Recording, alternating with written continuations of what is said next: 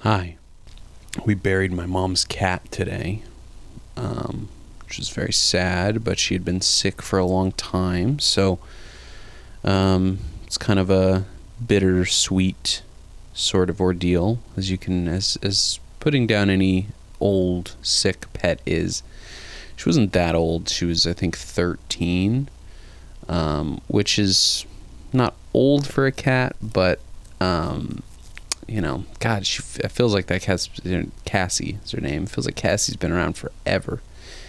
And, it's an end of an era a little bit. She's always been very vocal in this house. And, we're sad. We're sad to see her go, but we're happy to see her in a new place.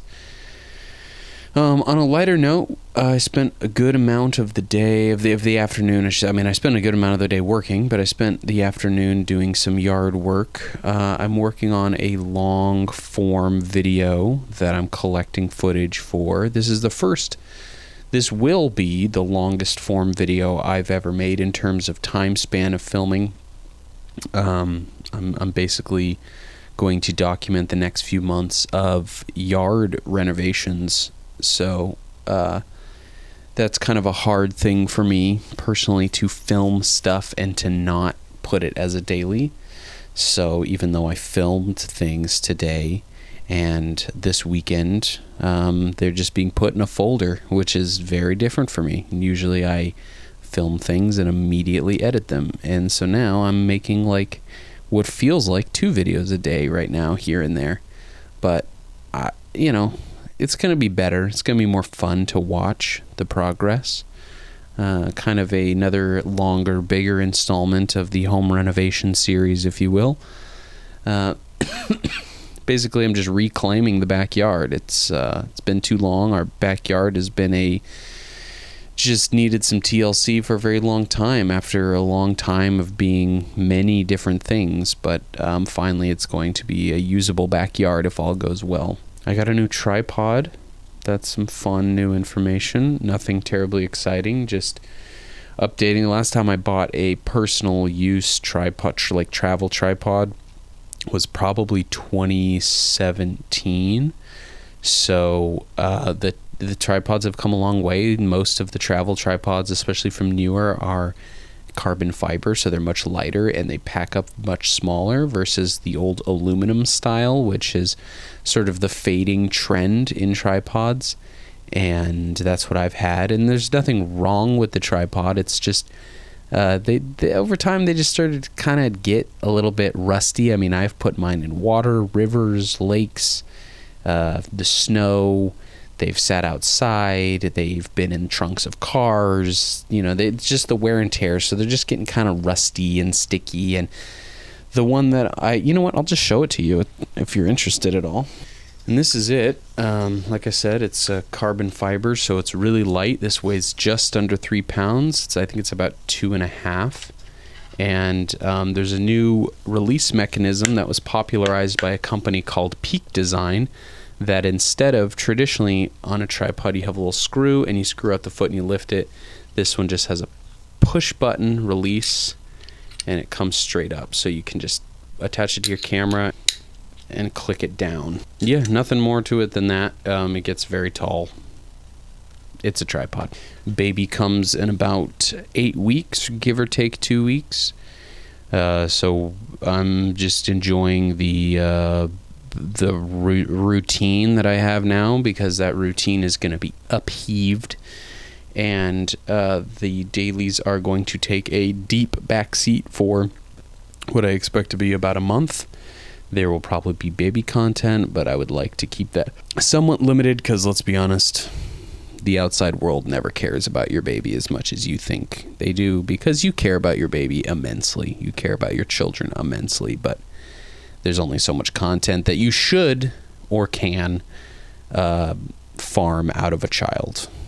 Oh, you know what? Speaking of farming child content, what was really interesting when we were at Monster Jam the other day was there's a massive YouTube channel of this father and son who make these monster truck videos where they do like the toys and they just drive off ramps and they make like things and whatever, and it's like really child content, and it's for children, and the kid's about 7 years old, and or the kid's probably like what, 11 or 12 maybe at the most, but anyways, they have a massive channel in terms of viewership. I don't even think the subscribers are that insane, but we had just been watching a couple of YouTube videos of it with Caden like not that long ago. And then we're sitting at Gillette Stadium in the restaurant outside of it, Splitsville, which is like a bowling restaurant that we've been to before in Disney. But we're sitting there and I'm like, God, that really looks like that kid. And sure enough, it was that kid. But it was really this bizarre situation where he was standing on, like, they have a stage in there where they obviously have live music, and he was standing up there. And I mean, a lot of the kids I'm sure recognized him, and some of them did, but ultimately, like, the kids content, it's just also disconnected. You know, the YouTube world is very disconnected from like the general population in terms of fame. But you could just feel like he was trying to get attention, and he was standing on the stage looking around, like half fake waving at people who I don't think were waving at him. And I just was like, is he doing this, or is this like his parents? It's just a weird thing, the whole child fame, but especially child fame through YouTube, because it's all parent driven. There's no, like, traditionally, I feel like when children become famous, there's a lot of money in producers and stuff that foster that. But with YouTube, in that specific world, in terms of like YouTube content, it's the parents. I mean, the parents are running the YouTube channel, so the parents are fostering the sense of fame in the child, and obviously those parents are making lots of money. When I was doing some of the calculations, they're probably making about $100,000 per video. So that's some serious money, right? And it's all very dependent on your child performing and your child being a performer. And I don't support that kind of culture on the internet, and I don't support that kind of culture through viewership either. You know, Sam and I are really protective of Caden watching YouTube content, and that's mostly my doing, and intentionally so, because I think YouTube content, I don't think your children should ever watch something that is advertisement driven monetarily. You know, you should watch something like you should pay for the content that your children watch, just because YouTube is all about getting kids to watch for long periods of time, because it's about eyeballs on the platform for as long as possible. So the content isn't written to tell a story or to elicit a particular emotional response. It's just hypnotism. And it's hard because kids are really, really attracted to it. And, you know, we've let them watch some YouTube content, but it's like, man, we have to manage it so much and rein it back to, like, recently we've tried really hard, because I know I've talked about on this channel things like Blippi and these like monster truck videos that are these 3D renderings of all this weird stuff, and it's just so stimulation focused with there's no story, there's no characters, there's no character development, there's no social like messaging, nothing. It's just like noises and colors and images, and some of those images are like shocking to a child in a very weird way, like they're age appropriate, but they blend into this thing that's like kind of disturbing and twisted sometimes. And YouTube has a deep, rich history of having very controversial YouTube kids content. I'd say that's probably been some of the most controversial content that they've had, both in content made for children and also the way in which that content is made ethically, with children involved or sometimes without children involved. So it's just this really weird gray area. And I think there's so much wonderful kids content out there that's being produced by production companies that are monitored by, child specialists and education, and educators and things. And so it's like, there's just no reason. I know it's so easy. YouTube is such a wealth of easy content for children to just consume and to keep their attention. But I just feel like that has to be at some sort of a cost. And that could just be my, my new age boomer take on something that is unfamiliar to me, as every generation of parents have had before me, but I've obviously been very invested in the YouTube community and the YouTube world really since the platform's inception. And my biggest takeaway from all of that is that YouTube Kids is really something to be wary of. And I felt that way even before I had children. And now that I have children and I see it and I see what my kids have access to, I wouldn't say it's not alarming by any stretch of the means, but it's just garbage, it's just absolute garbage. And I think now more than ever, not even for children, but for us adults, we have to be really protective of our attention and how that attention is leveraged against us. And I'm no saint, I doom scroll as much as the next person, but just at least be aware of it, right? I mean, as an adult, you're at least aware of it, and a 2-year-old is not aware of it. And so I think that's where you as a parent or as an adult need to just be aware of it, right? So, I don't know that. I don't mean it's not like something I feel like I need to be preachy on. Do what you got to do what you want to do. This is my own take, but anyways, long story short, I really hate that seeing that kid, like something about it in the real world, in the wild, just affirmed so many of my beliefs just because the body language in which, like, the type of attention he was obviously so built and programmed to garner and to think of himself as this famous child. It's like, man, you got to fight against that. It's not like kids can't be famous, but I honestly, how many times has fame done good for a child? I mean, we've learned this already. So why would we ever choose to give that? And that's a tough choice, right? If I think about, like, if my son was to become famous, not even this age, but let's say at like 12, obviously you don't want to prevent them from having a career, because that's an incredible opportunity for lifelong success. But, like, what do you do? Because I don't think the fame is healthy for a child. And unfortunately, I think that damages them faster than they can get to the success of that career. And then obviously you could even argue the true meaning of that type of success, even in an adult. It surrounds us so greatly, this big red flag of how fame doesn't bring you happiness and money doesn't bring you happiness, but yet we all relentlessly chase that dream. We all ignore the warning signs of the people who've achieved it. And I don't think that it's a broad stroke across, but it seems like statistically there are so many double-edged sides to fame in that specific type of success.